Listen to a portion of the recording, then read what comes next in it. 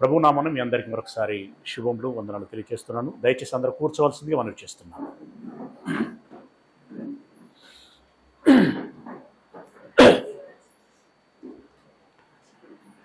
సకల ఘనత మహిమ ప్రభావములు మన తండ్రి అయినటువంటి దేవునికి అనునిత్యము మనందరి యథార్థమైనటువంటి జీవితాలు ద్వారా చెందురుగాక. ఈరోజు మనం ధ్యానించబోయేటువంటి అంశము యేసయ్య గిన్నెలో ఏమున్నది. యేసయ్య గిన్నెలో ఏమున్నది? ఎందరి చేతుల్లో బైబిల్ ఉన్నది? దేవునికి స్తోత్రం కలుగును గాక. బైబిల్ చూపిస్తూ చెప్పండి. దేవునికి స్తోత్రం కలుగును గాక. అలాగే ఎంతమంది చేతిలో నోట్బుక్ ఉన్నది? దేవునికి మహిమ కలుగును గాక. నోట్బుక్లు లేవు. ఎంతమంది చేతిలో పెన్నులు ఉన్నాయి?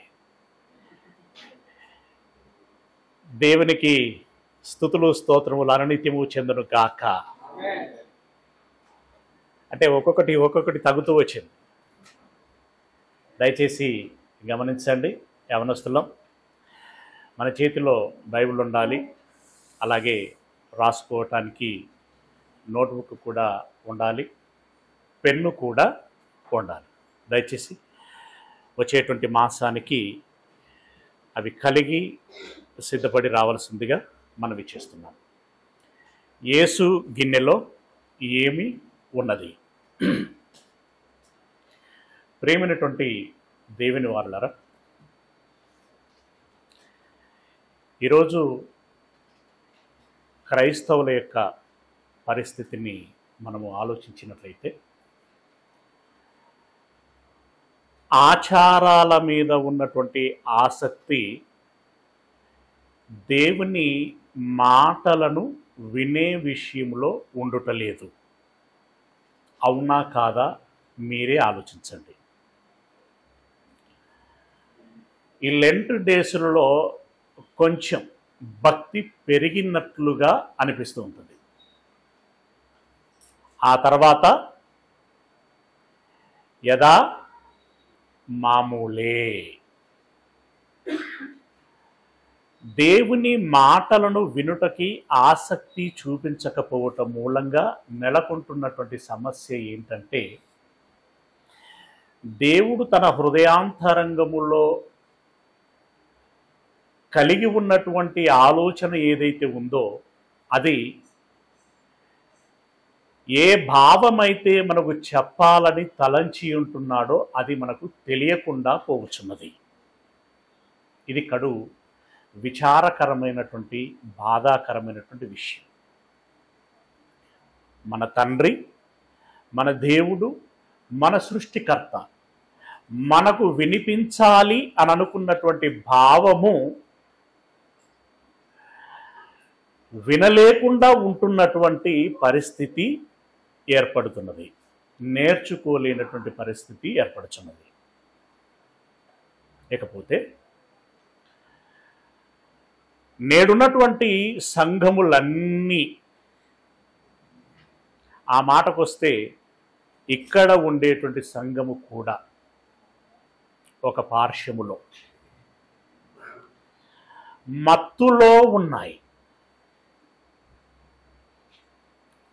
నాకు ఈ విషయము చెప్పటానికి మొహమాటం ఏమీ ఉండదు. మనం ఏం మాట్లాడుకోవాలి? ఉన్నది ఉన్నట్లుగా మాట్లాడుకోవాలి. సంఘములన్నీ మత్తులో ఉన్నది. ఇక మనుషులు కల్పించినటువంటి సంగతులు దేవోపదేశములని బోధించటం మూలంగా ఆ మత్తులో నుండి కోలుకోకుండా ఇంకా ఆ మగతలోనికే ఉండిపోతున్నటువంటి పరిస్థితి. ప్రియులారా, మార్కు సువార్త 7వ అధ్యాయము 7వ వచనము నుండి మనం చదువుకుందాం. మార్కు సువార్త 7వ అధ్యాయము 7వ వచనము నుండి వారు మనుషులు కల్పించినటువంటి పద్ధతులు అంటే ఏంటి దాని అర్థం? ఇది బాగుంటది అని వాళ్ళ మతికి తోచింది, వారి మనసులో పుట్టింది, వారికి నచ్చింది, ఇష్టమైనది, మనుషులు కోరుకునేది కల్పించి బోధిస్తూ దానికి త్యాగం తగిలిస్తున్నారట. దానికి త్యాగం తొలగిస్తున్నారు అనంటే ఇవి దైవ ఉపదేశములు, ఇవి దేవుడు చెప్పుచున్నటువంటి సంగతులు. యాక్చువల్గా పుట్టింది ఎక్కడ? ఆ మాటలు పుట్టింది ఎక్కడ? మనుషులలో. అవి మనుషుల తలంపులు, మనుషుల ఊహలు, మనుషుల ఆలోచనలు. వాటిని తీసుకొచ్చి, వారి అభిప్రాయములను తీసుకొచ్చి మన మీద బలవంతముగా రుద్దుతూ మనము దాన్ని రిఫ్యూజ్ చేయకూడదు అనేటువంటి ఉద్దేశంతో దానికి త్యాగ తగిలిస్తున్నారు. ఏంటి అనంటే ఇవి దేవుడు చెప్పుచున్న సంగతులు. కాబట్టి మనం ఎలా ఉండాలి? ఇలాంటి సందర్భాలలో కడు జాగ్రత్తగా ఉండాలి. నిజంగా ఇవి దేవుడు చెప్పుచున్నటువంటి సంగతులేనా? దేవుడు చెప్పుచున్నటువంటి సంగతులు అయితే తప్పకుండా ఎక్కడుంటాయి? బైబిలులో ఉంటాయి.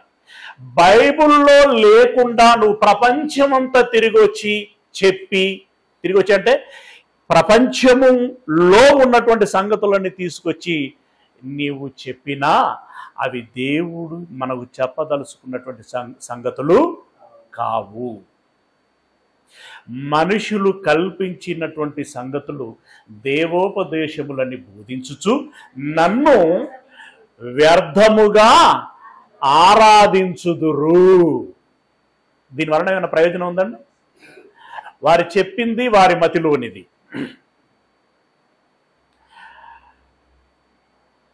ఆ చెప్పినటువంటి సంగతులు దైవోపదేశములను చెప్తున్నారు. వింటున్నటువంటి మనము అవును కావచ్చు అని అనుకొని వింటున్నాం. విని దాని ప్రకారముగా ఆదివారం కావచ్చు, సోమవారం కావచ్చు, అలా వారం రోజులు ప్రార్థనలంటూ, పాటలంటూ, స్తోత్రములంటూ, ఇంకా రకరకాలైనటువంటి ఆధ్యాత్మికత పేరట ఏం చేస్తున్నామట? వ్యర్థముగా ఆరాధించుచున్నారు. అంటే మీ ఆరాధన పనికి రాకుండా పోవుచున్నది, దానికి విలువ లేకుండా పోవుచున్నది, దాని వలన మీకు ప్రతిఫలము లేదు అని అన్నాడు. ఇది ఎంత అన్యాయం, ఇది ఎంత దారుణం, ఇది ఎంత భయంకరం. ఇప్పుడు ఇంతగనం విని ఇంతగనం దాన్ని పాటిస్తే అది దేవుణ్ణి సంతృప్తి పరచలేనటువంటి ఆరాధన అవుతున్నది. అది తెలియనంత వరకు మనం అలాగే కొనసాగుతూ ఉంటాం. ఈ యవ్వన ప్రాయము కాస్త నడిప్రాయంలోనికి వస్తుంది, నడిప్రాయం కాస్త వృద్ధాప్యంలోనికి వస్తుంది, వృద్ధాప్యం కాస్త మరణ దశలోనికి వెళ్ళిపోతుంది. ఆ తదుపరి దేవుని సన్నిధిలోనికి వెళ్ళి నిలబడితే ఎవరా నన్ను ఆరాధించలేదు ఎందుకు అని అంటాడు. అదేంటి ప్రభువా, మేము ఆరాధించకపోవటం ఏంటి? ప్రతి ఆదివారము వచ్చి మేము ఆరాధించాం కదా అని అంటే అప్పుడు ఆయన ఏమంటాడు? ఎవరో చెప్పినట్లుగా మీరు ఆరాధించారు కానీ నేను చెప్పినట్లుగా మీరు ఆరాధించలేదు కదరా అంటాడా లేదా? అంటాడు. అప్పుడు మన దగ్గర సమాధానం ఏంటి? అప్పుడు తెలుస్తుంది మనం మోసపోయాము అని. మోసపోయిన తర్వాత ఇక అప్పుడు ఏం చేసినా ప్రయోజనము ఉండదు. గనక మీరేమి వినుచున్నారో జాగ్రత్తగా చూచుకొనుడి అని అంటాడు. అలా ఉన్నవో లేవో ప్రతి దినము లేఖనములను పరిశోధించండి అని అంటాడు కదా. రైట్, వ్యర్థముగా ఆరాధించుచున్నారు. ఇకపోతే దేవుడు ధర్మశాస్త్రమును ఇచ్చాడు. ధర్మశాస్త్రము అంటే ఏమిటి? ఇదివరకు మీకు నేను డెఫినేషన్ ఇచ్చిన ధర్మశాస్త్రము అంటే ఏమిటి? అంటే ధర్మము అనగా చేయవలసినటువంటి వాటిని చేయుట, చేయకుండా ఉండవలసినటువంటి వాటిని చేయకుండా ఉండుట, అది ధర్మం. దీనిని గురించి సమగ్రముగా తెలియచేసేటువంటి శాస్త్రమే ధర్మ శాస్త్రము. ఈ ధర్మశాస్త్రములో చేయవలసినవి ఏంటి అని ఆజ్ఞలు ఇచ్చాడు, చేయకూడనివి ఏంటో కూడా ఆజ్ఞలను ఇచ్చాడు. ఈ ఆజ్ఞలను మనము పాటించాల్సినటువంటి వారమై ఉంటున్నాం. ఈ ఆజ్ఞలను పాటిస్తేనే దేవునికి మనం భయపడుచున్నట్టు, దేవుని ఎడల మనకు భక్తి ఉన్నట్లు, అంతే కదా. అయితే దురదృష్టవశాత్తు క్రైస్తవ సమాజములోనే, ఆనాడు ఉన్నటువంటి యూదా సమాజములో కూడా ఏం జరుగుచున్నది అని అంటున్నాడంటే, మీరు ఆజ్ఞలను పాటించకుండా ఆచారాలను ముందు పెట్టుకున్నారు అని అంటున్నాడు. కింద అదే ఉంటుంది, చదవండి, కంటిన్యూ చేయరా. వ్రాయబడినట్లు సరియే, మీరు దేవుని ఆజ్ఞను విడిచిపెట్టి మనుషుల పారంపర్య ఆచారములను గైకొనుచున్నారు. ఏం విడిచిపెట్టి ఏం చేపడుతున్నారట? యవనస్తులు, తమ్ముళ్ళు స్పందించాలి.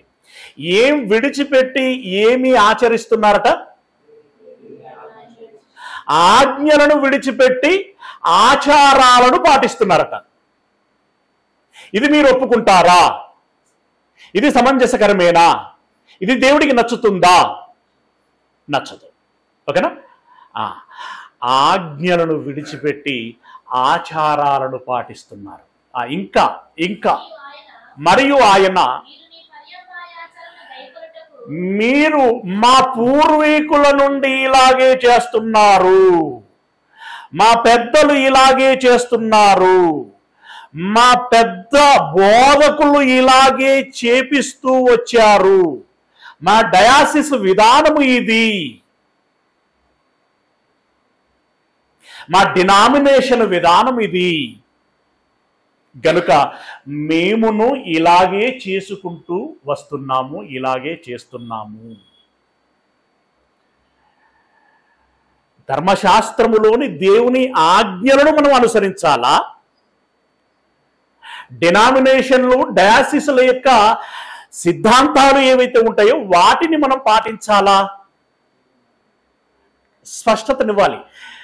మీరు మౌనంగా ఉంటున్నారంటే మీకు సంశయమైన ఉండాలి, లేదంటే దేవుడి ఆలోచనతో ఏకీభవించని మనసన్నా ఉండాలి. కానీ నేను అలా అనుకోవట్లా. మీరు దేవునితో ఏకీభవిస్తారు అని అనుకుంటున్నాను. హల్లెలూయా. దేవునితో ఏకీభవించేటువంటి వాళ్ళందరూ ఆమేన్ అందామా? ఆమేన్. మనము దేవుని ధర్మశాస్త్రాన్ని అనుసరించాలి, ఆజ్ఞలను పాటించాలి. అయితే వాళ్ళు ఏం చేస్తున్నారట? ఆచారాలకు ఆజ్ఞలు అడ్డం వస్తే అవసరమైతే ఆజ్ఞలనైనా పక్కకు పెడుతున్నారట, కానీ ఆచారాలను మాత్రము విడిచిపెట్టడం లేదట. మరి మనం ఏం చేయాలి? ఇప్పుడు మనం ఏం చేయాలి చెప్పండి? నిజంగా దేవుని పిల్లలమైతే, దేవుని వారసులమైతే, యేసయ్య తమ్ముళ్ళమైతే, యేసయ్య మన ప్రభువు, మన రక్షకుడు అని మనం విశ్వసించి ఆయనను మన శిరస్సుగా, మన సంఘముకు అధికారినిగా మనం పెట్టుకున్నట్లయితే, ఆయన మార్గంలో నడుచుస్తున్నటువంటి వారమైతే ఇప్పుడేం చేయాలి? ఆజ్ఞలకు ఆచారాలు అడ్డం వస్తే ఆచారాలనైనా పక్కకు పెట్టాలి, కానీ ఆజ్ఞలను మాత్రం పక్కకి పెట్టకూడదు. ఇక్కడ నేను చిన్న ఎక్స్క్లూజివ్ ఇస్తాను. ఏంటది అనంటే, ఆజ్ఞలకు అభ్యంతరము కానంత వరకు ఆచారాలు ఏవైనా ఉంటే ఇట్స్ ఓకే, క్యారియర్. అర్థమవుతుంది అనుకుంటున్నాను. ఆజ్ఞలకి అభ్యంతరము కానటువంటి ఆచారాలు ఏమైనా ఉన్నట్లయితే కానివ్వండి. కానీ ఆజ్ఞలను అభ్యంతరపరిచేటువంటి ఆచారాలు ఉంటే మట్టికి వాటిని ఏం చేయాలి? నిర్ద్వందంగా తోసిపుచ్చాలి, పక్కకు పెట్టాలి. ఎందుకంటే మనకు పరలోకమును నిత్య జీవాన్ని ఇచ్చేది దేవుని ఆజ్ఞలే కానీ ఆచారాలు కావు. గనుక మనము దేవుని ఆజ్ఞలను పాటిస్తాం, దేవుని అధికారమునకు శిరస్సు వంచి నడుద్దాం. ఓకేనా? నడుద్దాం. అపోస్తలుల్లో ఇద్దరు శిష్యులు ఉన్నారు. వారెవరంటే యోహాను మరియు యాకోబు, అన్నదమ్ముడు, ఒక తండ్రి పిల్లలు. వారి తండ్రి పేరు, నేను ఇలా అనగానే మీరు అలా చెప్తా ఉంటారు అన్నమాట. వారి తండ్రి పేరు జబదయి. అవునా? అయితే ఆ జబదయి కుమారులు, ఈ కుమారుల తల్లి ఒక ఆవిడ ఉంది. ఆమె పేరు చెప్పలేదు. తండ్రి పేరు చెప్పాడు కానీ తల్లి పేరు చెప్పలేదు. అయితే ఆ తల్లి ఒకనాడు యేసయ్య యొద్దకు వచ్చింది. వచ్చి తన ఇద్దరు కుమారులను చూపిస్తూ యేసయ్యని ఒక మాట అడగ చూసింది. అది గమనించినటువంటి యేసయ్య, అమ్మా, చల్లకొచ్చి ముంత దాయడం ఎందుకు? నువ్వు వచ్చి అడగాలనుకుంటున్నది ఏదో అడిగేసి అని అన్నాడు. ఎందుకంటే కొంచెం పెద్ద ఆయన దగ్గరికి వెళ్తే మొహమాట పడుతూ ఉంటారు కనుక యేసయ్య ఓపెన్ చేయించాడు. చెప్పమ్మా, నిరభ్యంతరంగా చెప్పు అని అన్నాడు. అప్పుడు ఆమె ఒక మాట అడిగింది. ఏంటది అంటే, మత్తయి సువార్త 20వ అధ్యాయము 20వ వచనము నుండి, మత్తయి సువార్త 20వ అధ్యాయము 20వ వచనము నుండి. అప్పుడు జబదయి కుమారుల తల్లి తన కుమారులతో ఆయన యొద్దకు వచ్చి, మీరు ఒకసారి ఆలోచించండి, వచ్చి ఏం చేసిందో దాన్ని బట్టి మీరు ఇప్పుడు చెప్పాలి నాకు. కుమారులు వాళ్ళ అమ్మను తీసుకొచ్చి ఉంటారా, లేదా వాళ్ళ అమ్మే కుమారులను వెంట పెట్టుకొని తీసుకొచ్చి ఉంటుందా? ఇప్పుడు మనం చదవబోయి మాట్లాడుకోబోతున్నటువంటి సంగతిని బట్టి మీరు చెప్పాలి. తన ఇద్దరు కుమారులను ఆయన యుద్ధకు వచ్చి నమస్కారము చేసి ఒక మనవి చేయబోగా, నీవేమి కోరుచున్నావని ఆయనను అడిగాను. అందుకు ఆమె,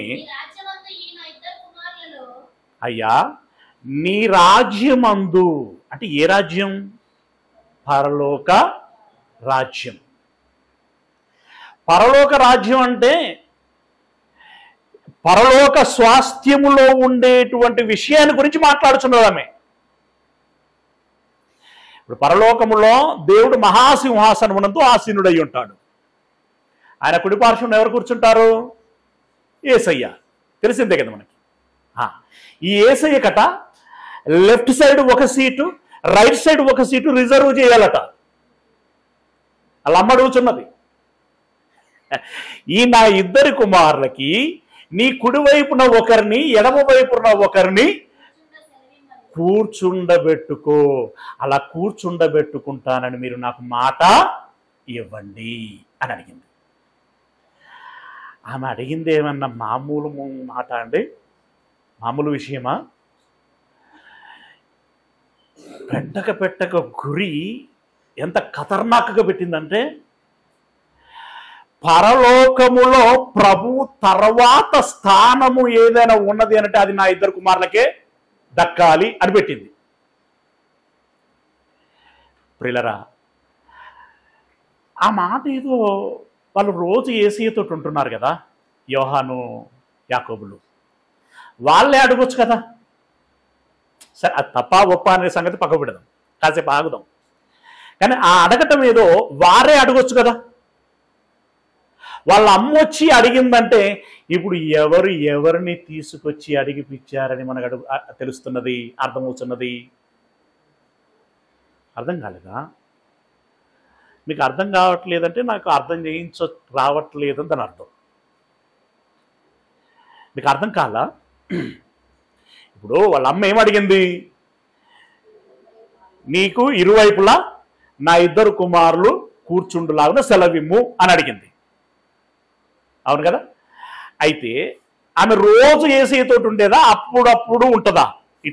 ఇలాంటి సందర్భాలలో అప్పుడప్పుడు ఉంటుంది. రోజు ఉండేటోళ్ళు ఎవరు? యోహాను, సరే మిగతా శిష్యులు ఉన్నారు, వీళ్ళైతే ఉంటారు కదా. మరి కుడివైపున ఎడమవైపున స్థానం కావాలని ఒకవేళ వాళ్ళకి ఆశ ఉంటే వాళ్ళే అడగొచ్చు కదా. ఇప్పుడు ఇంకొక మాట ఇక్కడ, యేసయ్యకు అత్యంత ప్రియమైన శిష్యుడు ఎవరు? యోహాను కదా. అయినప్పుడు ఆయనకు చనువు ఉంటుందా ఉండదా? ఉన్నప్పుడు ఆయనే అడగొచ్చు కదా. ఇప్పుడు వాళ్ళ అమ్మ వచ్చి అడిగిందంటే మీకు ఏమర్థం అవుతున్నది? మదర్ సెంటిమెంట్ అయితే వర్కౌట్ అవుతుందని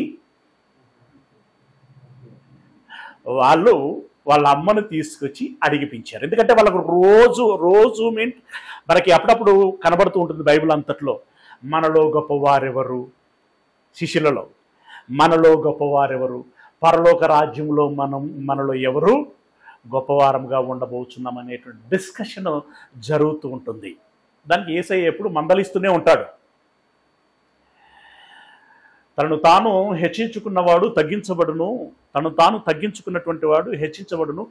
మీలో పరలోక రాజ్యంలో గొప్పవాడుగా ఉండాలి అనుకునేటువంటి వాడు ఇక్కడ మీ అందరికీ పరిచారకుడై సేవ చేసేటువంటి వాడై ఉండాలి. ఇక్కడ సేవ చేసేటువంటి వాడు ఎవడైతే తగ్గించుకొని చీపిరి కట్ట పట్టుకొని ఊడుస్తాడో, ఎవరైతే తగ్గించుకొని దాహం వేసినటువంటి వారికి నీళ్ళు అందిస్తాడో, ఒకవేళ భోజనం పెడితే భోజనం వడ్డిస్తాడో, లేదా వంట వండుతాడో, రకరకాల పరిచర్యలు ఉంటాయి కదా. అలా తగ్గించుకొని పరిచర్య చేసినటువంటి వాడే మీ అందరిలోకెల్లా గొప్పవాడు అని అన్నాడు. అని చెప్తూ వస్తున్నాడు. ఆయన అలా చెబుతూ వస్తున్నాడు కనుక వీళ్ళకి ఆ యేసయ్యకి చెప్పటము అనేటువంటిది కొంచెం ఇబ్బందిగా అనిపించింది. ఇప్పుడు తల్లికి విషయం చెప్పి తల్లి ద్వారా చెప్పిస్తున్నారు. తల్లి సెంటిమెంట్ బాగా పనిచేస్తుంది అని. అయితే యేసు ప్రభుల వారు దానికి ఆయింట్మెంట్ పెట్టాడు. సెంటిమెంట్కి ఏం పెట్టాడు? ఆయింట్మెంట్ పెట్టాడు. అసంటి వాట్లలో ఆయన తిట్ట. ఏం చేశాడు చూడండి. ఇప్పుడు ఆయన ఏం మాట్లాడుతున్నాడు? అందుకు యేసు, మీరేమి అడుగుచున్నారో అది మీకు తెలియదు. అసలు మీకు అర్థమయ్యి అడుగుతున్నారా? మీరు ఏం అడుగుతున్నారు? అడిగింది ఆశామాషి విషయమా ఏంటి? మీరేం అడుగుతున్నారో అది మీకు తెలియదు. నేను త్రాగబోయేటువంటి గిన్నెలోనిది మీరు త్రాగగలరా అని అడగగా వారు త్రాగగలము అనిరి. ఇప్పుడు 2 విషయాలు అడిగాడు. మీరేం అడుగుతున్నారో మీకు తెలియదు అని అన్నాడు. రెండవది ఏమన్నాడు? నేను త్రాగబోయేటువంటి గిన్నెలోనిది మీరు త్రాగగలరా అని అన్నాడు. అనగానే వెంటనే వాళ్ళు ఏమన్నారు? త్రాగగలము అని అన్నారు. ఇంతకీ ఆ గిన్నెలో ఏమున్నది? యేసయ్య ఏం తాగేవాడు, ఏం తాగాడు, వాళ్ళు ఏమి అనుకొని తాగుతామని చెప్పి ఉంటారు. ఇప్పుడు మీరు అందరు చెప్పాలి, కళ్ళు మూసుకొని దర్శనంతో ఆ గిన్నెలు ఏమున్నదో మీరు చూసి నాకు చెప్పాలి. చెప్తారా ఎవరన్నా? గిన్నెలో ఏముంది? ఆప్షన్: ద్రాక్షారసం, రక్తం, మంచినీళ్ళు. ఈ మూడింట్లో ఏముంటుంది? ద్రాక్షారసం అన్న వాళ్ళకి చప్పట్లు కొట్టండి.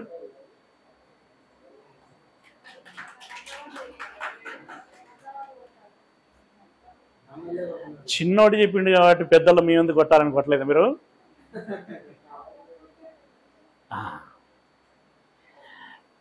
ప్రియులరా, ఇక్కడ వాళ్ళ అమ్మ గురించి మాట్లాడుకుందాం ముందు.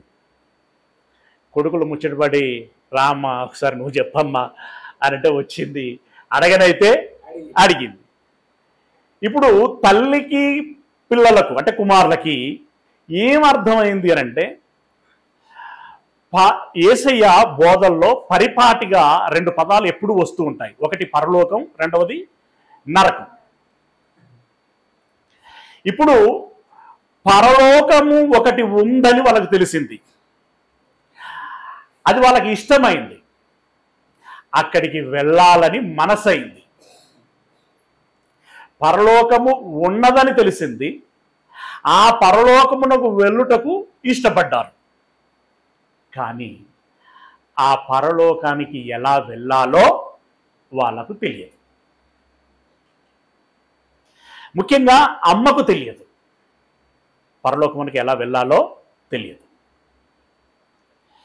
అయితే ఈ అమ్మను మెచ్చుకోదగినటువంటి విషయం ఏంటంటే ఉదాహరణకి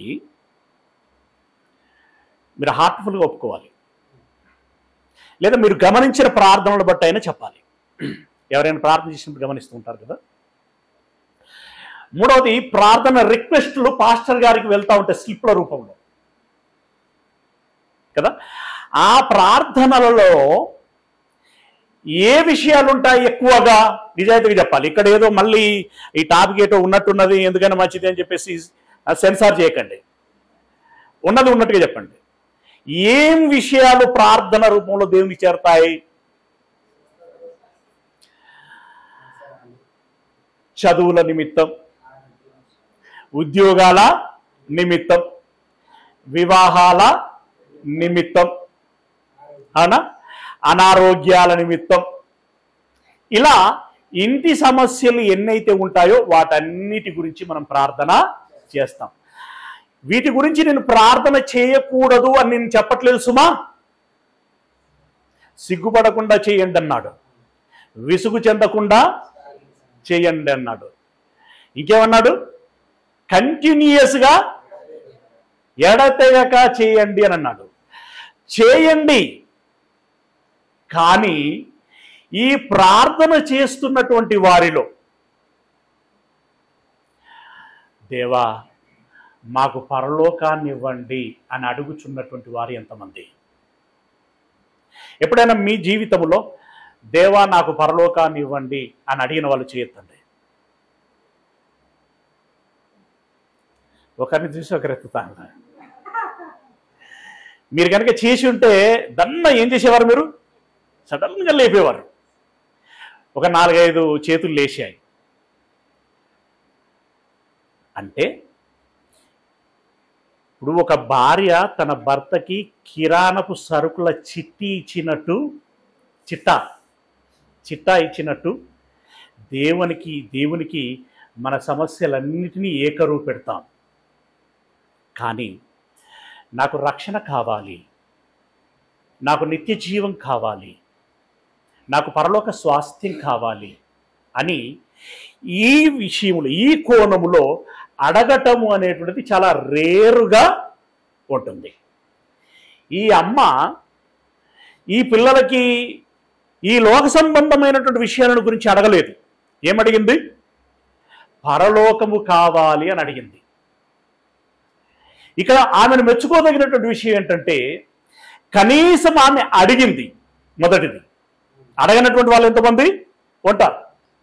రెండవది, అడిగింది, అందులో పరలోకాన్ని అడిగింది. గొప్ప తల్లి, మెచ్చుకోవాలని, అభినందించాలి. కానీ తన కుమారుల గురించే అడిగింది కానీ తన గురించి అడగలేదు. ఇంట్లో ఒకరు రక్షించబడితే చాలా, అందరం రక్షించబడాలా?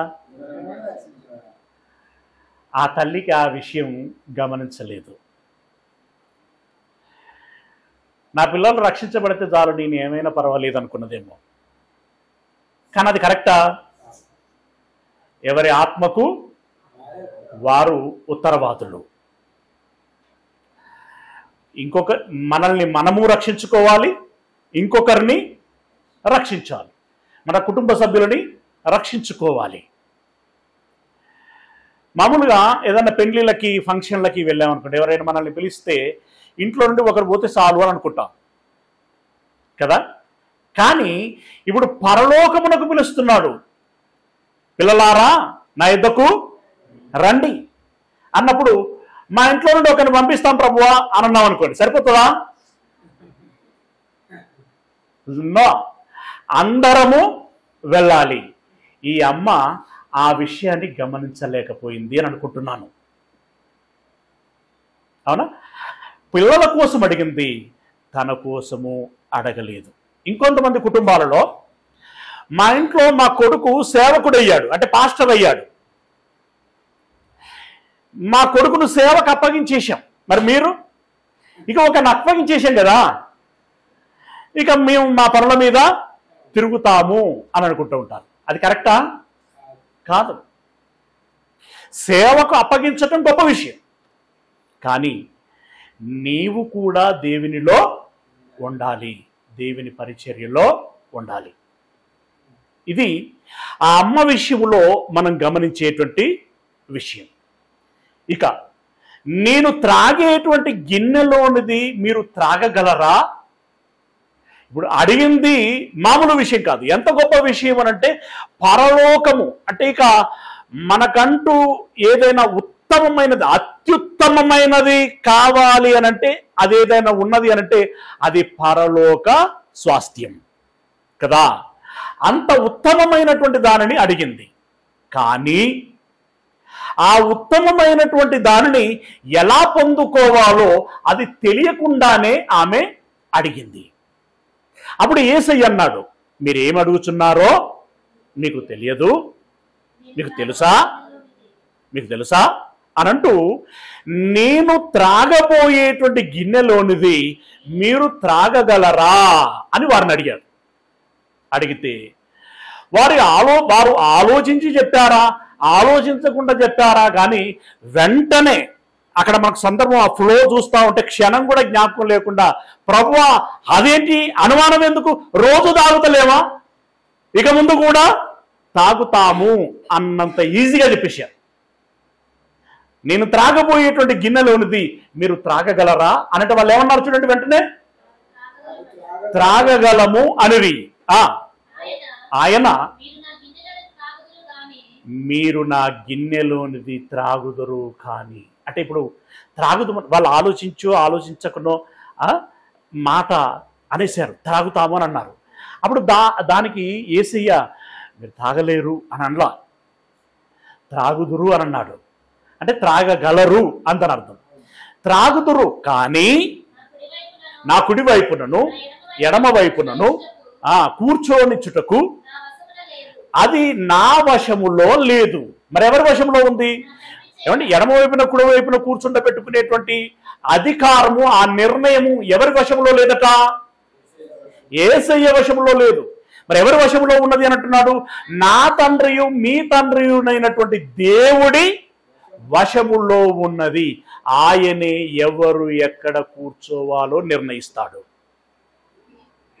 ఆయన నిర్ణయిస్తాడు అని అక్కడ ఆ మాట చెప్పాడు. రైట్, సరే. కూర్చుండబెట్టడం అనేటువంటిది ఎవరి చేతిలో ఉన్నటువంటి వ్యవహారము అంటే దేవుడి చేతిలో ఉన్నటువంటి వ్యవహారము అనేటువంటి విషయం మనకి ఇక్కడ అర్థమైంది. ఇంతకీ ఇక్కడ మనకు తేలాల్సింది ఒకటి ఉంది. ఏంటది? ఆ గిన్నెలో ఏమున్నది, నేను త్రాగబోవున్నది మీరు త్రాగగలరా అని అన్నాడు. అనగానే ఆ శిష్యులు వెంటనే ఏమన్నారంటే మేము త్రాగుతాము అని అన్నారు. ఇప్పుడు నేను అడుగుచున్నాను, యేసయ్య అప్పుడైతే త్రాగబోతున్నాను అన్నాడు, కానీ ఇప్పుడు మనం ఇన్ని సంవత్సరాలు గడిచాయి కదా, 2000 సంవత్సరాలు గడిచాయి. ఇప్పుడు మనం ఏం మాట్లాడుకోవాలి? యేసయ్య త్రాగింది, తన శిష్యులు త్రాగింది, మనము త్రాగగలమా? విషకరమైనది ఏది త్రాగినను, నేను 4వ ఆప్షన్ ఇచ్చేదండి, జ్ఞాపకం రాల. ఇందాక 3 ఇచ్చాను కదా, ద్రాక్షారసము, రక్తము, నీరు అండ్ విషం.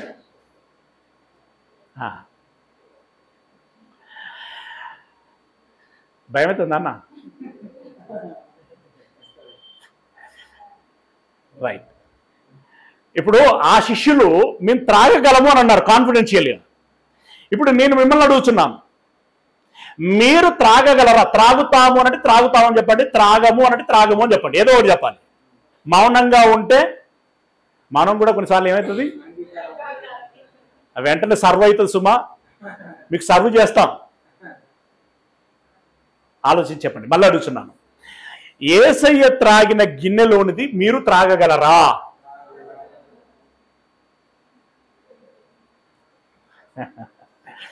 రైట్. ఇప్పుడు త్రాగాలో లేదో ఏది కూడా తెలవకుండా మాట ఇవ్వటం కూడా కరెక్ట్ కాదు కదా. తెలుసుకొని అది తాగేదా తాగకూడదా, తాగితే మంచి చేస్తుందా కీడు చేస్తుందా తెలుసుకొని తాగుతామో తాగమో చెప్పటం బెటర్. ఇంతకీ ఆ గిన్నెలో ఏమున్నది? గిన్నె అనంటే దానికి పర్యాయ పదం చెప్పండి. పాత్ర. ఇంగ్లీష్లోనైతే కప్ అంటాడు. కప్. కప్ దానికి పర్యాయ పదం బౌల్. ఓకే, సరే. పాత్ర ఏదైనా కానివ్వండి, అది పింగానిది కావచ్చు, స్టీల్ది కావచ్చు, మట్టిది కావచ్చు, దీనికి కూడా ఆప్షన్లు చాలా ఉన్నాయి, ఏదైనా కావచ్చు. ఇంతకీ ఆ పాత్ర మెటీరియల్ ఏదనేటువంటిది కాదు, అందులో ఉన్న తాగే ద్రవం ఏంటి అనేటువంటిది మనకు ఇప్పుడు కావాలి. ఏమున్నది? పేతురు గారు ఒక సైనికుడి చెవిని నరికేస్తాడు. ఆయన పేరేం పేరండి? మలుపు. నరికినప్పుడు యేసయ్య వెంటనే ఒక మాట అంటాడు. యోహాను సువార్త 18వ అధ్యాయము 11వ వచనం. యోహాను సువార్త 18వ అధ్యాయం 11వ వచనం. ఆ దాసుని పేరు మల్కు.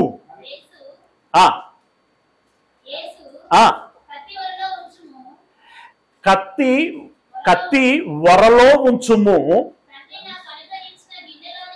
తండ్రి నాకు అనుగ్రహించినటువంటి గిన్నెలోనిది నేను త్రాగకుందునా అని పేతురుతో అనెను. తండ్రి నాకు అనుగ్రహించిన గిన్నెలోనిది నేను త్రాగకుండా ఉందునా అంటున్నాడంటే ఏంటి? నేను తప్పకుండా త్రాగి తీరుతాను అంటే ఇప్పుడు యేసయ్య ఊరిస్తున్నాడా? నేను త్రాగేది మీరు త్రాగలరా? దేవుడు నాకు అనుగ్రహించినటువంటి పాత్రలోని నేను త్రాగకుండా ఉంటానా అంటే నేను తప్పకుండా త్రాగుతాను అని అంటున్నాడు ఆయన. ఇంతకీ అందులో ఏముంది? పోయి అది కాదు కదా, ఏంటది?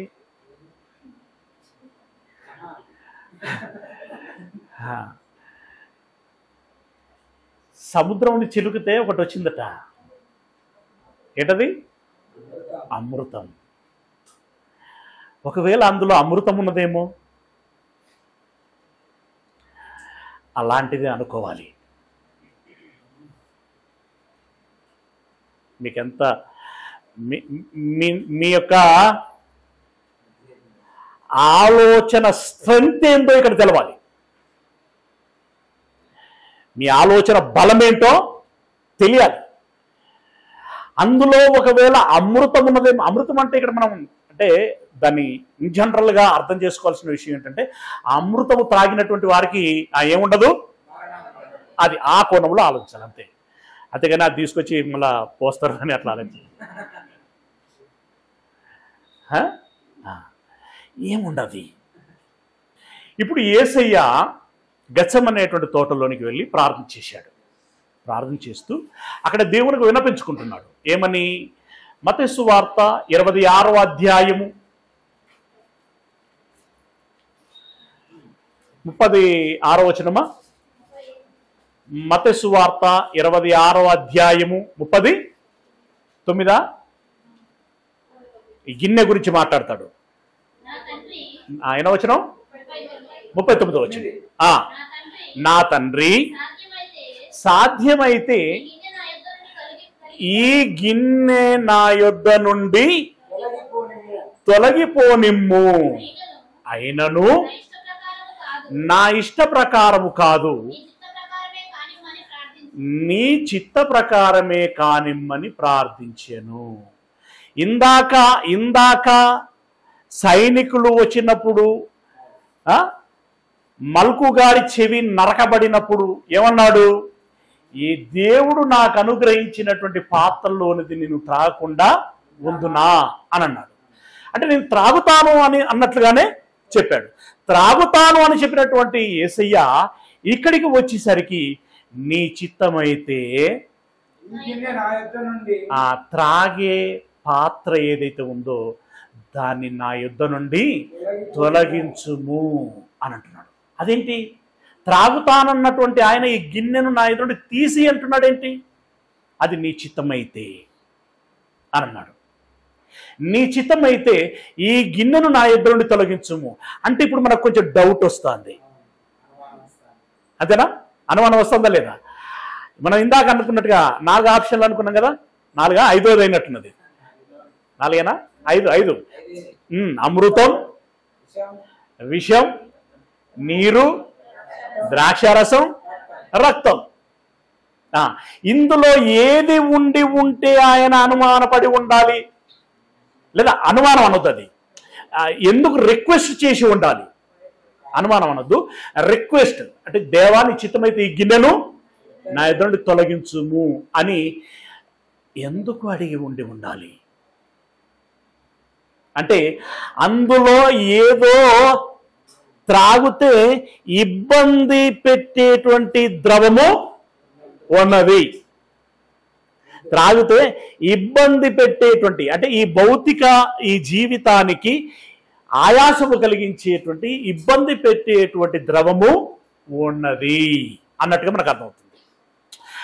నీ చిత్తమైతే ఈ గిన్నెను నా ఎదురు తొలగించుము అన్నటువంటి ఆయన ఇంకా కిందకి వెళితే ఏమంటున్నాడు? అయినా ఈ త్రాగాలనా త్రాగకూడదా అనేటువంటి నా నిర్ణయం కాదయ్యా, నీ చిత్త ప్రకారమే కానిమ్ము అని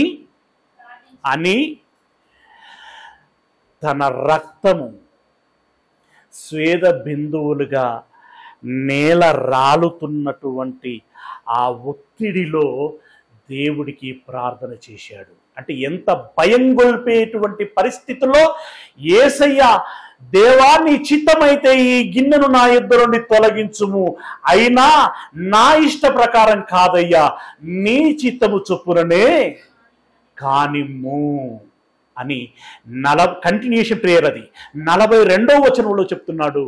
ఏమని చెప్తున్నాడు? మరలా 2వ మారు వెళ్ళి, నా తండ్రి మీరు ఇంకా తాగాలనో తాగకూడదో సరేలేరా గిన్నెను తీసేస్తాంతి అని మీరు అంటలేరంటే త్రాగడానికి మీరు నిర్ణయం చేసినట్టున్నారు అన్నట్లుగా మాట్లాడుతున్నాడు. మళ్ళీ చదువురా. నా తండ్రి నేను దీనిని త్రాగితేనే గాని ఇది నా యుద్ధ నుండి తొలగిపోవుట సాధ్యము కాని ఎడల నీ చిత్తమే సిద్ధించునుగాక అని ప్రార్థించి తిరిగి వచ్చి వాళ్ళతో మాట్లాడాడు. అంటే ఇది నేను త్రాగితేనే కానీ నీ కార్యము సిద్ధిస్తుంది అని అనుకుంటే ఆ ప్రకారంగానే తాగుతానయ్యా. ఇంతకీ ఈ కార్యం ఏంటి? అది సిద్ధించటం ఏంటి? అందులో ఉన్నదేమిటి? మీరు ఇప్పుడు జాగ్రత్తగా ఆలకించండి. యేసయ్య ఆ ప్రార్థన చేసిన తర్వాత సరాసరి ఏ రెస్టారెంట్కి వెళ్ళాడు?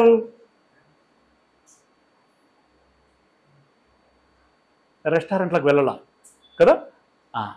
పోనీ ఏ ఇంటికి వెళ్ళాడు? ఎవరింటికి వెళ్ళలేదు. ఎక్కడికి తీసుకుపోబడ్డాడంటే ప్రధాన యాజకుడి ఇంటికి తీసుకుపోబడ్డాడు. అక్కడ వెళ్ళిన తర్వాత వెంటనే వాళ్ళు ఏం చేశారు? ఒకడు చెంప మీద చెల్లుండ కొట్టేశాడు, ఇంకొకడు కళ్ళు మూసి కొట్టి నిన్ను కొట్టిన వాడెవడో చెప్పుము అని అన్నాడు. ఇంకొకడు ముఖం మీద ఉమ్మి వేశాడు. ఇంకొకడు నువ్వు రాజు కదా, నువ్వు దేవుని కుమారుడవు కదా,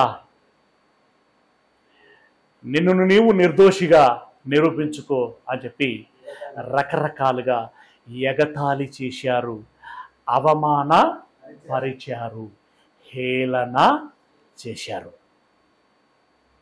రైట్. ఇక ఆ రాత్రే ఈ యాజకుడి ఇంటి నుండి ఎక్కడికి తీసుకుపోబడ్డాడు? ఎక్కడికి తీసుకుపోబడ్డాడు? ఇప్పుడు నేను ఇదంతా ఎందుకు చెప్తున్నానంటే ఆ పాత్రలో ఏముందో తెలుసుకోవటానికి చెప్తున్నాను. ఇప్పుడు ఎక్కడికి తీసుకుపోబడ్డాడు అనంటే గవర్నర్ అయినటువంటి పిలాతు నొద్దకి తీసుకుపోబడ్డాడు. అక్కడికి పోయిన తర్వాత చాలా చర్చోపచర్చలు జరిగాయి. చివరికి వారి కేకలే గెలిచాయి. వారికి అప్పగించేశాడు. వాళ్ళకి అప్పగించేసి చేతులు కడుక్కున్నాడు ఆయన. అప్పగించిన తర్వాత ఇప్పుడు హస్తం ఏమండి వాళ్ళది అయింది. వెంటనే ఏం చేశారు? ఆయన్ని ఈడ్చుకుంటూ వచ్చారు. ఈడ్చుకుంటూ బయటకు తీసుకొచ్చారు. బయటకు తీసుకొచ్చి కొరడాలతో కొట్టారు.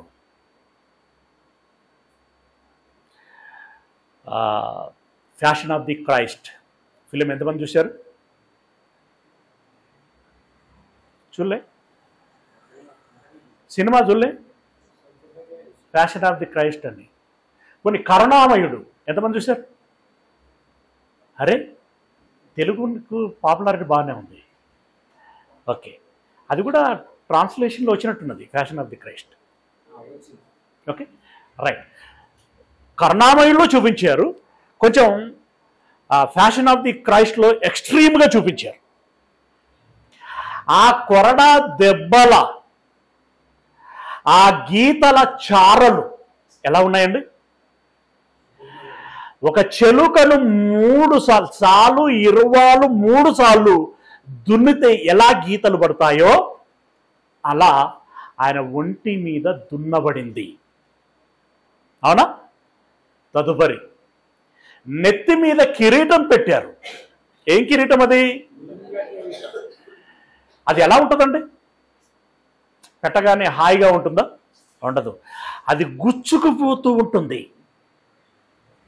కాలుకి ఏదైనా గుచ్చుకుంటేనే ప్రాణం అంతా ఏమవుతూ ఉంటుంది? విలవిలలాడిపోతూ ఉంటుంది. క్షణం క్షణం అది చాలా ఇబ్బంది పెడుతూ ఉంటుంది మనల్ని. అలాంటిది అతనికి ఏకంగా ముళ్ళ కిరీటం పెట్టారు. అది గుచ్చుకుంటున్నది. అందులో నుండి గుచ్చుకున్న ప్రతి ముళ్ళు యొద్ద నుండి రక్తము చారలుగా కారుచున్నది. ఓకే, తదుపరి అప్పటికే చాలా నీరసపడిపోయాడు ఆయన. భారమైనటువంటి సిలువ భుజం మీద మోపి కొండ ఎక్కించారు. మామూలుగా రోడ్డు మీద నడవటం వేరు, మామూలుగా మనిషి కొండ ఎక్కడమే కష్టం, అందులో సిలువ భుజం మీద పెట్టుకుని ఎక్కడం అంటే చాలా కష్టం. అక్కడికి వెళ్ళిన తర్వాత కాళ్ళు చేతులు ఆ శిలువ మీద ఆ దేహాన్ని పడుకోబెట్టి చాచి ఏం కొట్టారండి? మేకులు. పినీసులు కాదు, లేదా గుండు పిన్నులు కాదు, ఏకంగా మేకులు. ప్రాణం ఉండగానే, మీరు మర్చిపోకూడదు, అప్పుడు ఇంకా స్పృహ పోలేదు, ప్రాణం ఉండగానే కొట్టేశారు. ఒక్కొక్క దెబ్బకి హా హా ఆయన ఆర్తనాదాలు మిన్నంటుతూ ఉంటాయి. కానీ ఎవ్వడికి అక్కడ దయ లేదు, జాలి లేదు, ఆపేవాడు లేడు. కొట్టేశారు, సిలువ నిలబెట్టేశారు. రక్తం కారుచున్నది. కారుచున్న కొలది ఆయనలోని ప్రాణము తోడేసినట్టుగా అయిపోతుంది. నా దేవా, నా దేవా, నా చెయ్యి ఎందుకు విడిచిపెట్టితివి?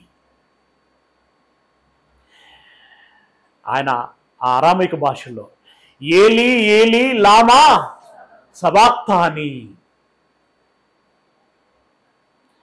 ఆ గొంతు ఎలా ఉండి ఉంటుందండి ప్రియులరా? 7 మాటలు అని మనం మాట్లాడుకుంటాం. రికగ్నైజ్ చేసినవి 7 మాటలు, లేదా బైబిల్లో పొందుపరిచినవి 7 మాటలు. ఆయన ఎన్ని మాట్లాడాడో మనకు తెలియదు. చివరికి నా ఆత్మను నీ చేతికి అప్పగించుకుంటున్నాను.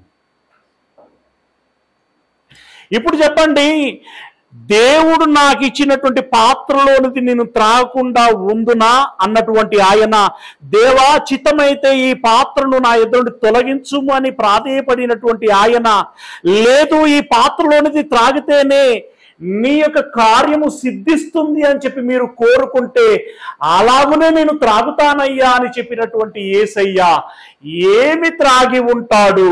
ఇంతకీ ఆ పాత్రలో ఏమి ఉన్నదని మనకు అర్థమవుతున్నది.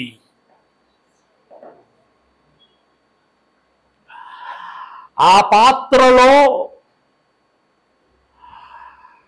ఈర్ష్య ఉన్నది, ద్వేషం ఉన్నది, పగ ఉన్నది, కక్ష ఉన్నది, ప్రతీకారము ఉన్నది, తిట్టటము ఉన్నది, కొట్టటము ఉన్నది, అపహాస్యము చేయటం ఉన్నది, అవమానపరచటము ఉన్నది, పిడిగుద్దులు ఉన్నాయి, చెంప మీద కొట్టటము ఉన్నది, కొరడాలతో కొట్టటము ఉన్నది, ముళ్ళ కిరీటము పెట్టటము ఉన్నది, సిలువ మోపటము ఉన్నది, సిలువకు మేకులతో కొట్టటము ఉన్నది, రక్తము కారుట ఉన్నది, ప్రాణము విడువుట ఉన్నది. మొత్తంగా శ్రమలు అనేటువంటి ద్రవము అందులో ఉన్నది. శ్రమలు అనేటువంటి ద్రవము అందులో ఉన్నది. ఆ శ్రమల ద్రవాన్ని ఒక అమృతం వలె మన ఇంటిలో మనం చేసుకుంటున్నటువంటి ఒక పాయసం వలె, మనకిష్టమైనటువంటి పండ్ల రసము వలె ఆయన నేను త్రాగుతాను అని చెప్పి ఆయన త్రాగాడు. మన ఆరోగ్యము బాగుపడుతుందనుకుంటే చేదు పిల్ల అయినా కూడా ఏం చేస్తాం?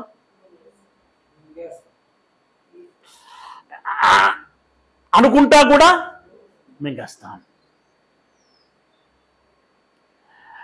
కొంచెం ఒక 20 సంవత్సరాల బ్యాక్ వెళితే ఈ అలోపతి మెడిసిన్ కంటే ఆయుర్వేద మెడిసినే ఎక్కువగా ఊర్లలో ఉండేది. అక్కడ కషాయం తాగించేటువంటి వారు. నేను ఒక కషాయం తాగాను, దాని పేరు నాకు ఇప్పుడు జ్ఞాపకం రావట్లా, ఏదో దొండక రాసి అది అంటారు. మా బాబోయ్, అది పోసుకుంటే కడుపులో ఉన్నటువంటి పేగులన్నీ బయటకు వస్తాయేమో అన్నట్టుగా ఉంటుంది. Sensation, vomiting sensation. కానీ ఆరోగ్యం బాగుండాలి కదా, అందుకోసం పంటి బిగున అని అనుకుంటూ దానిని త్రాగటము జరిగింది. అంటే నేను బ్రతకాలంటే నేనేం చేశాను? కషాయము తాగాను. సాధారణంగా నేను తాగలేనటువంటి పరిస్థితి అది, కానీ నా బ్రతుకు కోసం నేను తాగాను. ఇప్పుడు యేసయ్య ఒక కషాయము లాంటిది తాగాడు, ఒక విషము లాంటిది తాగాడు, ఒక శ్రమ కలిగించేది తాగాడు. ఎవరి బ్రతుకు కోసం అంటే లోక జనుల బ్రతుకు కోసం, మన ఆరోగ్యం కోసం ఆయన ఏం త్రాగాడు అంటే శ్రమలు త్రాగాడు. అంటే దాని అర్థం శ్రమలు అనుభవించాడు. అంటే ఇప్పుడు ఆ పాత్రలో ఏముందన్నమాట? శ్రమలు ఉన్నాయి. యేసు గిన్నెలో ఏముంది? జవాబేంటి? దానిలో శ్రమలు ఉన్నాయి. శ్రమలు ఉన్నాయంటే ఇప్పుడు లిస్ట్ అవుట్ చేయాలి. ఇందాక నేను చెప్పినవాడిని ఇంటికి వెళ్ళి మీరు అది రాయండి. రాస్తే మనకు ఒక ఆలోచన వస్తుంది, ఒక అవగాహన పెరుగుతుంది. మనం ఏంటి అనేటువంటి ప్రశ్న వెంటనే మనకి స్ఫురిస్తుంది. ప్రియులారా, ఈ విషయాన్ని జ్ఞాపకం చేసుకోవటం కోసం యేసయ్య ఈ కార్యక్రమానికి ముందు ఏం భోజనం అది? ప్రభు రాత్రి భోజనము అని పాపులర్ అయినటువంటి భోజనాన్ని గురించి చెప్పాడు. వాళ్ళు రోజు భోజనం చేస్తున్నారు, కానీ ఆ భోజనమే పాపులర్ అయింది. ప్రతిరోజు భోజనం చేస్తున్నారు రాత్రి, వాళ్ళు ప్రతి రాత్రి భోజనము చేస్తున్నారు, కానీ అది పాపులర్ అయింది. అది ఏమైంది ఏంటి అనంటే అందులోనే మత్తయి సువార్త 26వ అధ్యాయము మేబీ 27వ వచనము, 26, 27. వారు భోజనము చేయుచుండగా యేసు ఒక రొట్టె పట్టుకొని దానిని ఆశీర్వదించి విరిచి తన శిష్యులకిచ్చి, మీరు తీసుకొని తినండి, ఇది నా శరీరం అని చెప్పాను. రొట్టెను ఇచ్చి దీన్ని తిని ఏమనుకోమన్నాడు ఆయన? నా శరీరం అని గమనించండి అని అన్నాడు. ప్రియులారా, అదే మీరు తర్వాత మీకు తెలుసు వెళ్ళున్నది కొరంథీయులకు రాసిన మొదటి పత్రిక 11వ అధ్యాయం. ఇప్పుడు చదవకండి, 11వ అధ్యాయంలో ఉంటుంది. నన్ను జ్ఞాపకము చేసుకున్నటకు ఇది చేయండి, ఇలాగూ చేయండి అని అంటాడు. ఆ మాటను మనసులో పెట్టుకొని ఇప్పుడు ఇది మనం గమనించాలి. ఈ రొట్టెను తిని నా దేహమని భావించండి అని అన్నాడు. అంటే ఎలా? దానికి దీనికి సాదృశ్యం ఏంటి? సాదృశ్యం ఏమిటి అనంటే, ఒక రొట్టె ఎలా తయారవుతుందండి? విత్తనాలు. ఏం చేస్తారు? విత్తనాలని రొట్టె చేయాలంటే విత్తనాలని ఏం చేస్తారు? ఇప్పుడు గోధుమలు అనుకోండి, ఏం చేస్తారు? ముందు మిల్లులో పోస్తారు. మిల్లు ఏం చేస్తుందండి? ఆ విత్తనాన్ని క్రష్ చేస్తుంది. క్రష్ మామూలుగా చేయదు, అది పిండి పిండి అయిపోతుంది, చాలా మెత్తగా మారిపోతుంది. మెత్తగా ఉన్నది అనేటువంటి మనకు మృదువుగా అనిపిస్తుంది, కానీ గింజకి ఎలా ఉంటుందంటే ఫీలింగ్, నన్ను దంచి దంచి ఇలా చేశారు కదరా అన్నట్టుగా ఉంటుంది కదా. దానికే కనుక నోరుంటే ఏం చెప్తుంది ఇది? తర్వాత సన్నీళ్ళలో వేడినీళ్ళలో పోసి దాన్ని ఏం చేస్తాం? పిసుకుతాం, అవునా? తిరిగేసి మరిగేసి గుద్ది తర్వాత దాన్ని ఏమంటారు, దాన్ని పీట మీద పెట్టి, బండ మీద పీట మీద పెట్టి రోలర్ కోల దాన్ని పట్టుకొని దాన్ని మెత్తగా, అంటే మెత్తగా మీన్స్ ఇలాంటి ఒక ఆకు మాదిరి పలచని ఆకారము వచ్చేటువంటి విధంగా రొట్టె అని అంటాం కదా, అది ఆ షేపు వచ్చేటువంటి విధంగా దాన్ని కంప్రెస్ చేస్తూ రోల్ చేస్తూ ఉంటాం. అంతటితో అయిపోయిందా?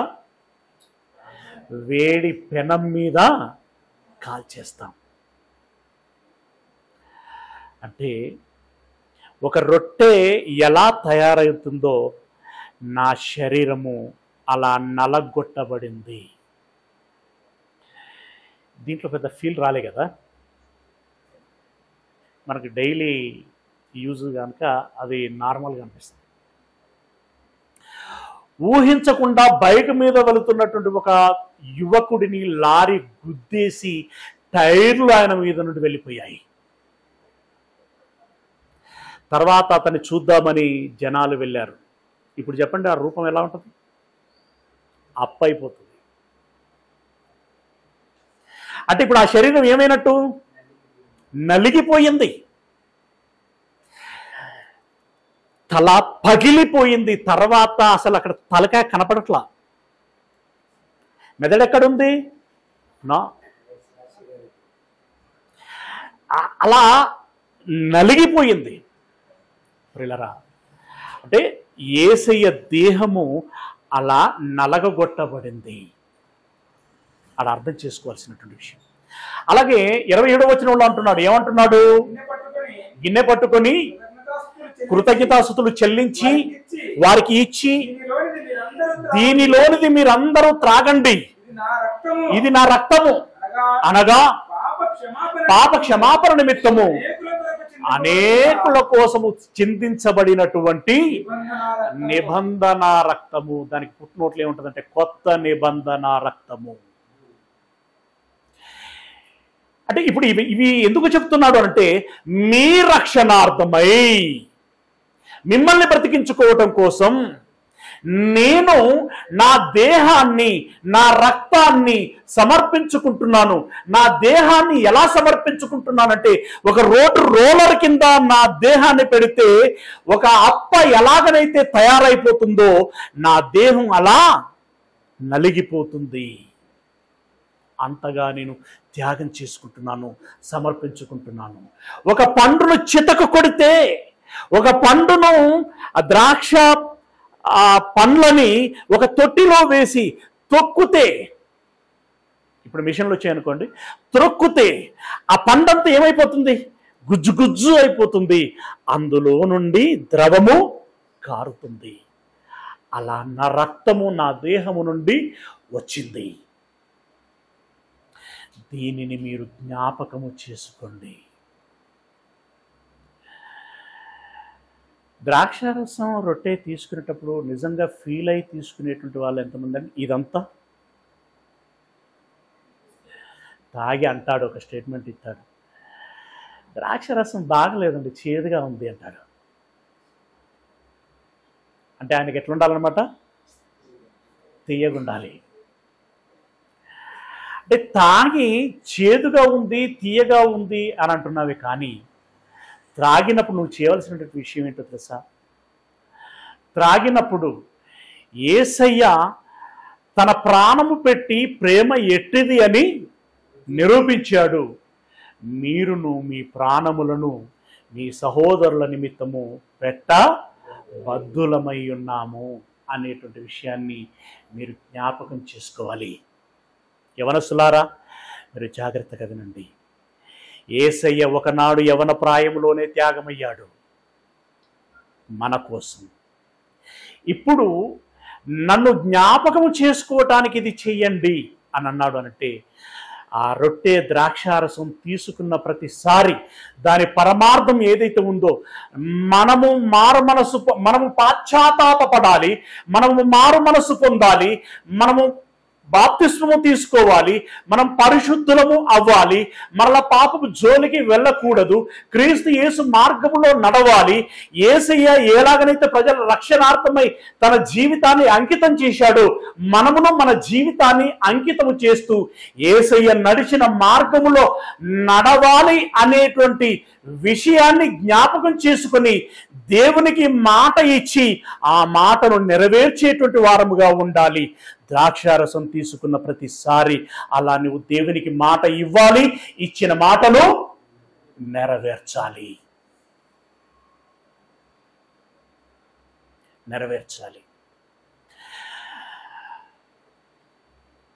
రూపాయి ఇచ్చి నేను కానుక ఇచ్చేసి అని చెప్పేసి కన్నా బిల్డప్ ఇచ్చుకుంటూ పోతాం మనం. అంటే మనమే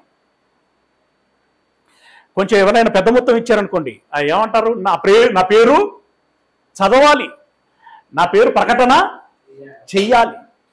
నా రూపాయి ఇవ్వగానైపోయాయి. రూపాయి ఇచ్చి వెళ్ళటం కాదు, నీ రూపమునే దేవుడికి ఇవ్వాలి. నీ రూపమునే, దేవుడిచ్చిన ఆకారం ఇది, దేవుడికి ఇవ్వాలి. It's okay. తెలుసో తెలియకో యాకోబు యోహానులు మీరు త్రాగే గిన్నెలోని మేము త్రాగుతాము అని అన్నారు. నేను అనుకుంటున్నాను అప్పుడు పాపం వాళ్ళు ద్రాక్షారసమే అనుకున్నారేమో అని అనుకున్నాను. కానీ తర్వాత బోధపడి ఉంటుంది. బోధ నొందినటువంటి వారు నిజంగా ఒకప్పుడు తెలుసో తెలియకో యేసయ్యకి, మీరేం డిస్టర్బ్ చేయద్రా, తెలుసో తెలియకో మనం మాట ఇచ్చేసాం కనుక మనం త్రాగుదాము అని చెప్పి ముందుకు వచ్చారండి. నిజంగా వాళ్ళు తాగారా అనంటే యాకోబు గారు ఎలా తాగారో చూడండి. ఒకసారి ముగించుకుందాం. అపోస్తుల కార్యములు 12వ అధ్యాయము 1-2 వచనాలు. అపోస్తుల కార్యములు 12వ అధ్యాయము 1-2 వచనాలు. రాజు అయినటువంటి హేరోదు సంఘపు వారిలో కొందరిని బాధ పెట్టుటకు బలాత్కారంగా అంటే ఇండ్లలో ఉన్నటువంటి వారిని గుంజుకెళ్ళి ఈడ్చుకెళ్ళి యోహాను సహోదరుడైనటువంటి యాకోబును ఖడ్గముతో చంపించెను. ఖడ్గముతో నరికేటప్పుడు ముందుగా ఏం నరకటానికి ప్రయత్నం చేస్తారంటే మనిషి మెడ అన్నిట్లోకి పొడవటం అన్నప్పుడు చెస్టులోనికి లేదా పొట్టలోనికి పొడుస్తారు. నరకాలనుకున్నప్పుడు మెడను నరుకుతారు. బాప్తిసం ఇచ్చే యోహానును ఎలా నరికారు? తల నరికి తలని పల్లెములో పెట్టి పట్టుకొచ్చారు. ఇప్పుడు యాకోబును ఏం చేశారట? నరికేశారు, ఖడ్గముతో చంపేశారు. ఒక కోడిని కోయటం మీరు ఎప్పుడైనా చూసారా? కోడి తల మెడ కోయటం చూసారా మీరు ఎప్పుడైనా? కోసిన తర్వాత అది ఎలా ఉంటుందండి? రెస్టారెంట్ల ముందు దానికి ఒక కుర్చీ వేసి కూర్చుండి పెడతారు, ఈకలు మొత్తం తీసేసిన తర్వాత మనల్ని ఊరించటానికి. కానీ కోసినప్పుడు దాని పరిస్థితి ఎలా ఉంటుందండి? విల గింజుకుంటుందండి. అది కాళ్ళను నేలకేసి రక్కుతుంది, రెప్పలన్నీ ఆడిస్తుంది, ఎగిరెగిరి పడుతూ ఉంటుంది. ఆ క్రమంలో రక్తమంతా చిందరవందరగా చుక్కలై పడిపోతుంది, చిమ్ముతూ ఉంటుంది. ఆ దృశ్యము కొంతమంది చూడలేరండి, భయపడతారు. కొంతమంది కళ్ళు తిరిగిపోతాయి, మూర్ఛపోతారు. యోహానును నరికినప్పుడు దృశ్యం ఎలా ఉండి ఉంటుందండి? ప్రాణమే కదా. ఒక జంతువు గిలగిల కొట్టుకొని చచ్చినట్టుగా యోహాను గారు చచ్చిపోయారు. ఎందుకు? యేసయ్యా, నీవే నిత్య జీవపు మాటలు కలిగినటువంటి వాడవు, నిన్ను విడిచి మేము ఎక్కడికి వెళ్ళము, నీ వెంటే మేము నడుస్తాము, నీ మార్గములో నేను నడుస్తాము అని చెప్పి మాట ఇచ్చారు. ఒకప్పుడు నీవు త్రాగే గిన్నెలో మేము త్రాగుతామన్నారు, ఆ తర్వాత నీ మార్గంలో మేము నడుస్తాము అని అన్నారు. అందులో భాగంగా వారు కూడా కత్తికి తన ప్రాణాన్ని అప్పగించేసి ఇప్పుడు శ్రమ పడ్డారు. అనగా యేసయ్య త్రాగిన గిన్నెలోనిది యాకోబు కూడా తాగాడు. శ్రమ. అలాగే యోహాను గారు పాపం తెలిసో తెలియక ఇద్దరు మాట ఇచ్చేసారండి, కానీ ఇద్దరి లైఫ్లో అలాగే సాక్రిఫై అయిపోయినాయి. మీరు చూడండి ఒకసారి ప్రకటన గ్రంథం 1వ అధ్యాయం 9వ వచనం. ప్రకటన గ్రంథం ఫాస్ట్గా ప్రకటన గ్రంథం 1వ అధ్యాయం 9వ వచనం.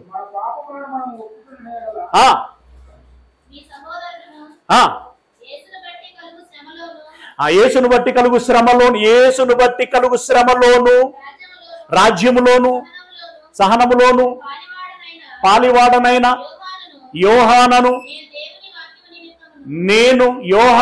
నేను దేవుని వాక్యము నిమిత్తమును సువార్త నిమిత్తమును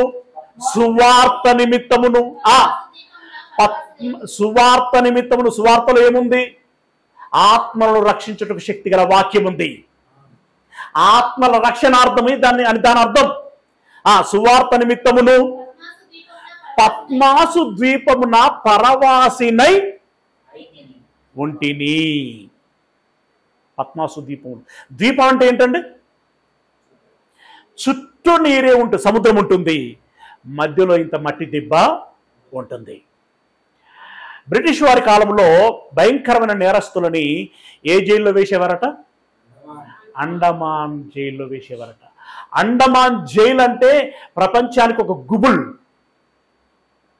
అంత భయంకరంగా ఉంటుంది అక్కడ ట్రీట్మెంట్. ఏమండి, ఇప్పుడు ఇతన్ని ఒక ద్వీపంలో పడేశారు. ఇక ఎక్కడికి పారిపోవటానికి ఉండదు. ఆ ద్వీపము ఎలా ఉంటుంది? అందులో ఏ విష కీటకాలు ఉన్నాయో తెలియదు, ఏ విష సర్పాలు ఉన్నాయో తెలియదు. అక్కడికి సముద్రం నీళ్ళు తాగలరా? తాగలేరు. నీరిచ్చేవాడు ఉండడు, భోజనం పెట్టేవాడు ఉండడు. ఇప్పుడు ఏమవుతుందో తెలుసా? అతన్ని చూసేటువంటి వారు ఉండరు. ఇప్పుడు ఆయన దాహం వేస్తుంది, ఆకలి.